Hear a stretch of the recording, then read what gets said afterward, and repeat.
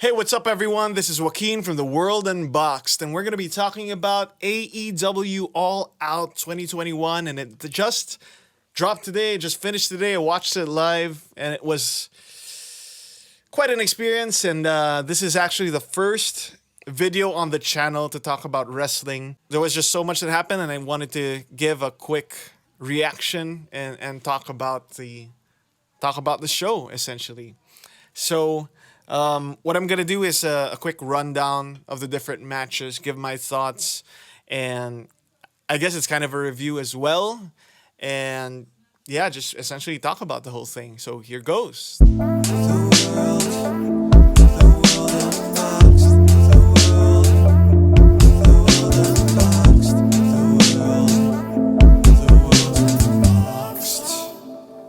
Little bit of background. I watched AEW from the start. Once COVID hit, my last pay-per-view that I watched was Double or Nothing last year, May 2020. And, I just stopped for a bit because the shows without the live audience, it just wasn't the same. And I kind of felt that it lost momentum a bit, but at least that was just for me. But now, with all the crazy stuff happening, it was actually CM Punk's return that got me interested again. So I was not able to catch the kickoff show. So yeah, that's a bit of rust for me. I forgot about that. I thought it would be part of the show I bought on Fight TV, but it wasn't. So I wasn't able to catch that. It did look interesting. But the first match I saw then was the AEW TNT Championship with Miro or Rusev versus Eddie Kingston. And I know Eddie from NWA recently. Both wrestlers looked really good, and I felt it was a really good match to kick off the show, the main show at least. And it was nice and quick. Both wrestlers looked really good. Yeah, that was quite interesting, and I think good choice. Not a bad match, and a quick start, quick finish to the first match that starts the show. So yeah, that was pretty good. Then we have Jon Moxley and Satoshi Kojima. So essentially, yeah, it was as expected, a hard-hitting Japanese-style match. I don't watch New Japan, so I'm not familiar with Satoshi Kojima. So I think he's a legend, and he's a veteran for sure. Been wrestling a long time, and he looked really really good too. And I think they had that good chemistry. No surprise there. I know John's been wrestling in New Japan too. After the finish, Jon Moxley won that, and after Minoru Suzuki came out, it did feel like such a big thing when he showed up, and quite exciting, like where that's headed. And if there's more crossover with New Japan, then all the better. AEW wins, New Japan wins, we all win. Next up was the AEW Women's Championship. So defending the belt was Dr. Britt Baker, DMD, and she was up against Chris Statlander. I hear it was mentioned Chris Statlander was out for the past 10 months, but when I was watching AEW, she was there, so nothing really new for me. And I think it was a pretty good match too. I think Dr. Britt Baker carried herself really well as the dominating champion, and Chris Statlander was very impressive. So great in-ring skills, and that's no surprise from the last time I saw her too. Yeah, that was pretty much it. The match was all right, so it didn't take too long either. After that, we had the AEW Tag Team Championship. So we have the Young Bucks now as heels, and that's a new thing for me. They were all the main AEW guys. The main AEW guys were all faces the last time I saw them. But yeah, they were heels now, and up against the Lucha Brothers. So at first I thought, I've seen this matchup many times before, so I wasn't too excited for it. Although I knew I was in for a good match, but My God, that steel cage match was insane. So they keep, yeah, I think they're proving that no matter how many times they match up, even if they're matching up every single pay per view, it's gonna be impressive. So this one was elevated. It was so creative, such good athleticism. It's so entertaining too. Lots of spots, but that's no surprise too. But yeah, for me, bit of a spoiler here, but it was. I think I can easily say match of the night. 5 stars. I don't rate every match, but that's what I. It wouldn't be hard to give it 5 stars. So that is really, really, really, really good. So, and the Lucha Brothers won, which is good, and it was hard earned and bloody. So I'm happy that they did.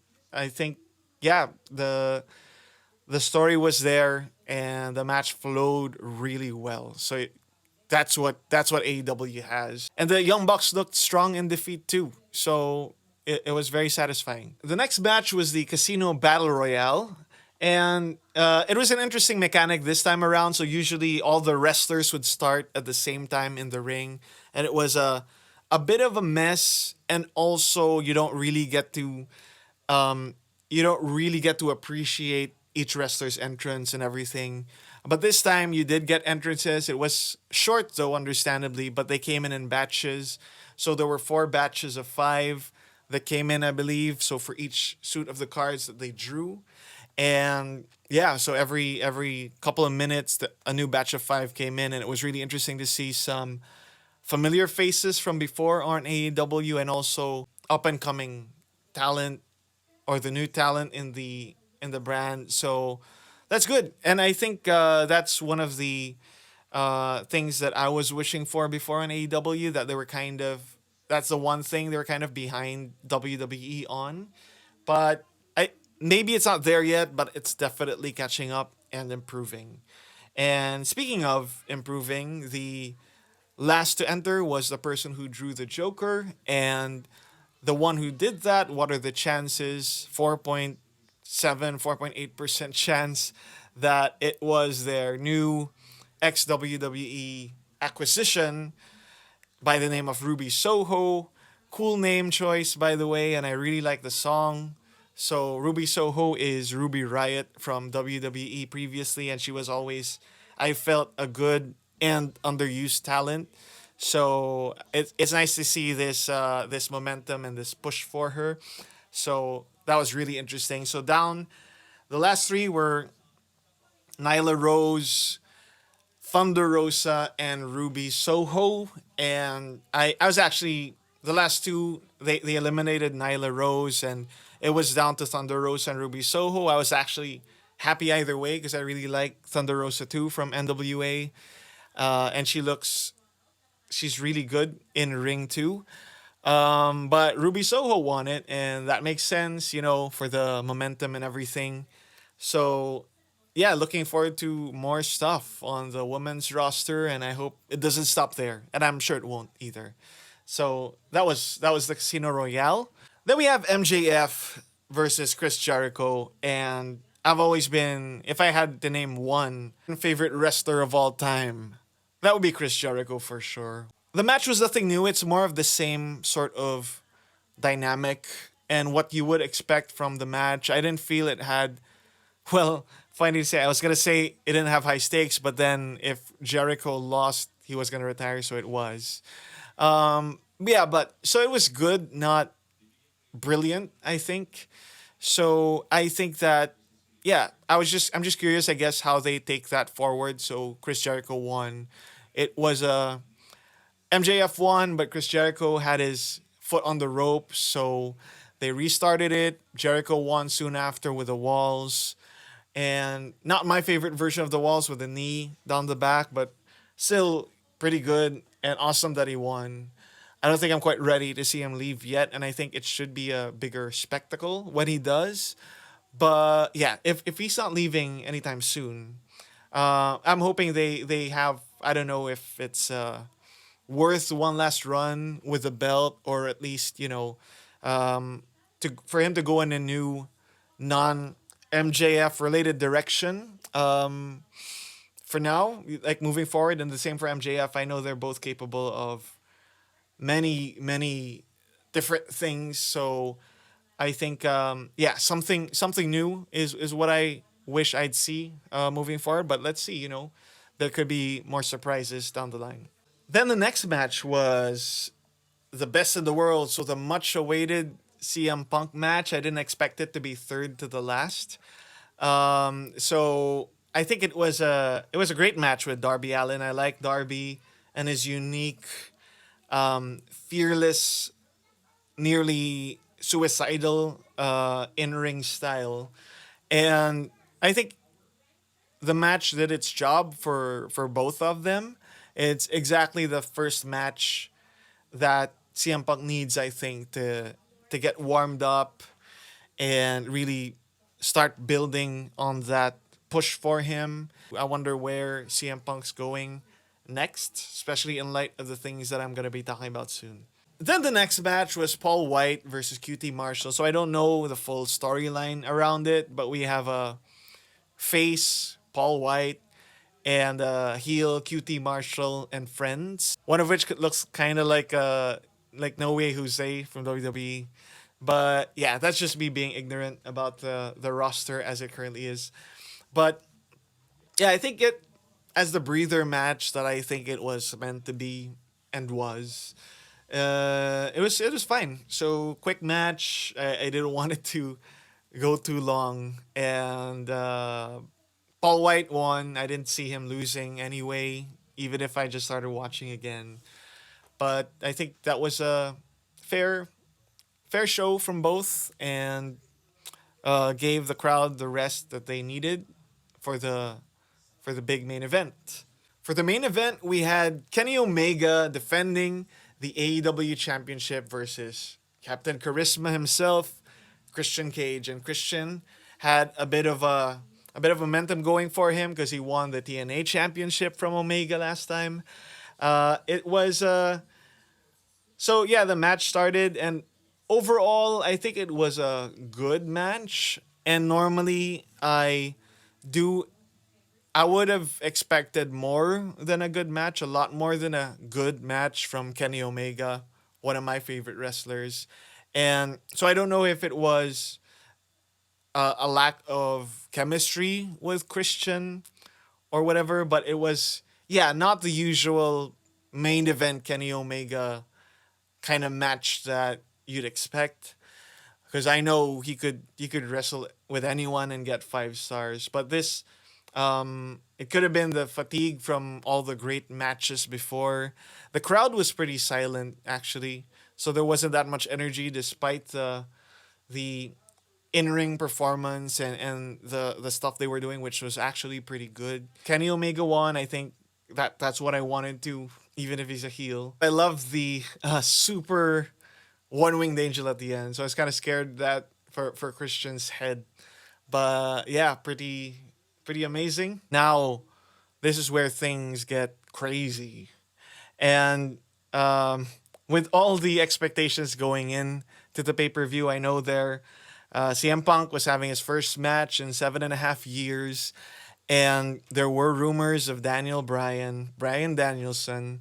So expectations were exceeded many times over. And somehow it was, if you have the end of a pay-per-view, and you'd think about what's the best way to possibly book this, knowing what's going to happen. I felt that they did that for me. So that's exactly how I wished things would go. The Young Bucks came out, the Good Brothers. They were beating up Christian Cage. And as expected, everyone was doing the yes chants and waiting for someone to help.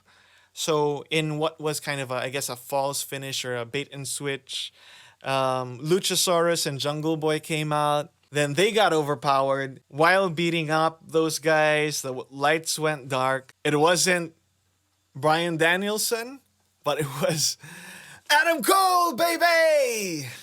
And that was just such a surprise for me, and such a perfect twist to the expectation of a surprise, because I know he just left. To give you an idea of how fast he left, I checked a while ago, and he's actually still on the active WWE roster on the site. So they haven't even had a chance to change that yet. I'm sure they'll get right on it. But yeah, that was just such a surprise. And I know there were rumors of him not re-signing with WWE, but I wasn't expecting him to come in for a couple of months at least, and even then I wasn't even sure. So he came in, back from the dead, face off with Kenny Omega's group, and then he super kicked poor old Jungle Boy on the side, and he teamed up with the Elite. And having them all together like that was just such a dream come true for a long time, because I've been following Adam Cole and being the Elite even before he jumped to WWE. And I even remember his NXT debut, which was pretty cool too, with Undisputed Era. So yeah, that was amazing, and they could have ended it at that, and it would have been an awesome pay per view.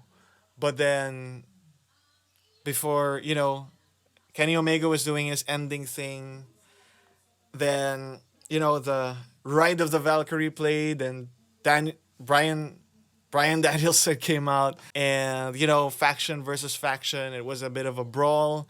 Um, then he's in AEW. So what else can you say? So you got Ruby Soho, Minoru Suzuki, you got Adam Cole, Brian Danielson, all on one night. And for me, I know Daniel Bryan is a big deal, but considering the history that Adam Cole has had, and yeah, how it feels incomplete without him there, it just feels so perfect. So that was like the biggest surprise for me at the night, and the thing I'm happiest about. So yeah, an awesome shirt. I tried to look up if I could buy it. I can't yet. The All Elite Bay. So yeah, that was pretty amazing. So right now, what's next? So I think with everything, that is the best pay-per-view I have seen. Definitely since I started watching wrestling again in 2016. And since, best pay-per-view in AEW's history. And, that's just so hard to top. I've seen some people say best pay-per-view in 20 years. That might be true. It was just that good. And because of that, I think I'm all in on AEW again. I'm going to watch all the pay-per-views. Just thinking about all the possibilities of CM Punk, Daniel Bryan, Adam Cole, aside from Kenny Omega and the rest of the stacked roster, it's just unbelievable. And for now, I think there was a clear shift in my interest, I think, in terms of current wrestlers, current active wrestlers, because they have, like, for most of the wrestlers I love, they're almost all elite. And in WWE, the few that I would hope for, if Tony Khan's cash hasn't run out yet, and that's been pretty impressive so far.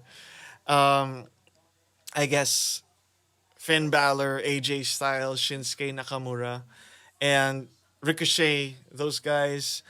But yeah, and I know for some of them it might be unlikely, and most of them seem quite comfortable there. But a guy can dream, and aside from that, everyone's in AEW now, and that's the place to be.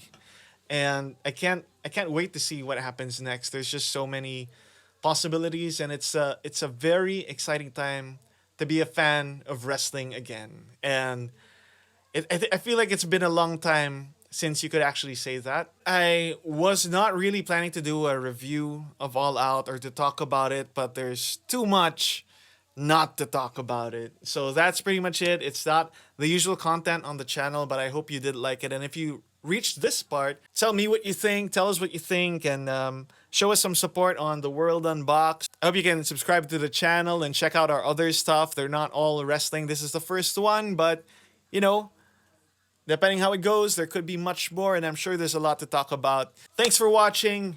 Catch you in the next video. I'm Joaquin from The World Unboxed. See you next time.